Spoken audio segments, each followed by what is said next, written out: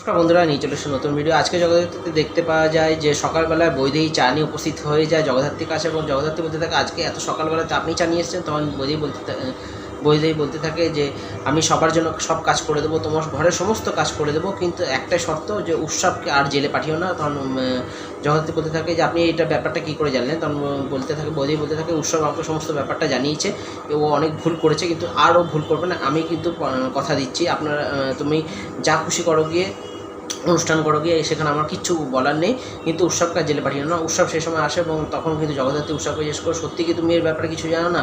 তারপরে উৎসবকে বৈদেহীর মাথায় হাত রেখে বলতে বলে তুমি এবার তোমার মায়ের মাথায় হাত রেখে বলো যে সত্যি তুমি কিছু জানো না। তখন উৎসব মায়ের মাথায় হাত রেখে বলতে থাকে না, আমি সত্যি কিছু জানি না, এ ব্যাপারে আমি কিচ্ছু করণীয় নেই, তোমরা যা খুশি করো গিয়ে, আমি কেন তোমাদেরকে মারতে যাবো। এই বলে কিন্তু উৎসব সেখান থেকে বেরিয়ে যায়। তারপরে জগদ্ধাত্রীর সাথে সাথে ফোন করে ডিপার্টমেন্টে এবং ডিপার্টমেন্টকে ফোন করে জানায় বাপনের ফোনটা চেক করো এবং সেখানে দেখো উৎসবকে ফোন করেছে কিনা, এবং উৎসবকে যদি নাও ফোন করে থাকে তার কাকে বারবার ফোন করা হয়েছে বা ভিডিও কলে কথা বলা হয়েছে।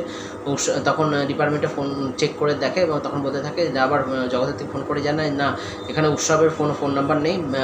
তখন জগদ্ধাত্রী বলতে থাকে যে তাহলে দেখো ডিলিট করা হয়েছে কিনা এবং অন্য যে ফোন নাম্বারটা আছে সেটা কার ফোন নাম্বার। তখন ডিপার্টমেন্ট বলে আমরা চেক করে জানাচ্ছি। তারপরে দেখতে পাওয়া যায় চন্দ্রনাথ মুখার্জি পৌঁছে গেছে তুষারতীর্থর কাছে এবং সেখানে গিয়ে সমস্ত একটা ডায়াগ্রাম দেখায়, কোথায় কী হবে না হবে অনুষ্ঠানের দিন সমস্ত কিছু বুঝিয়ে দেয়। এবং তারপরে বলতে থাকে আমি যাই আপনাদের সঙ্গে দেখা করতে এসেছি, আপনাদের সঙ্গে জড়িত আছি, সে ব্যাপারেতে কেউ না জানে। এবং আমার জীবনে কিন্তু অন্ধকার হিসাবে নেমে এসছে দুর্গা এবং জগদ্ধাত্রী। আমি চাই এদের দুজনের মধ্যে একজন যাতে শেষ হয়ে যায়, তাহলে কিন্তু আমার জীবনে যেটা আমি পাইনি সেটা কিন্তু পূর্ণতা হবে। এবং তারপরে কিন্তু দেখা যায় যে সেখান থেকে চলে যায় চন্দ্রনাথ মুখার্জি এবং এদিকে কিন্তু জগদ্ধাত্রী বারবার চিন্তা করতে থাকে যে এর পিছনে তাহলে কে রয়েছে। তারপরে এখন ডিপার্টমেন্ট থেকে ফোন আসে এবং তখন বলে যে লিলিপুটের ফোন নাম্বারে কিন্তু বাপনের ফোন থেকে ফোন করা হয়েছে। তখন জগদ্ধাত্রী ভাবতে থাকে যে এর পিছনে তার মানে লিলিপুট রয়েছে। তখন স্বয়ম্ভু আসে, স্বয়ম্ভুকে জগদ্ধাত্রী বলে যে এবার আমাকে খেলাতে নামতে হবে, ওভারে শেষ ওভার চলছে, আমি এবারে সমস্ত রহস্যভেদ করবো।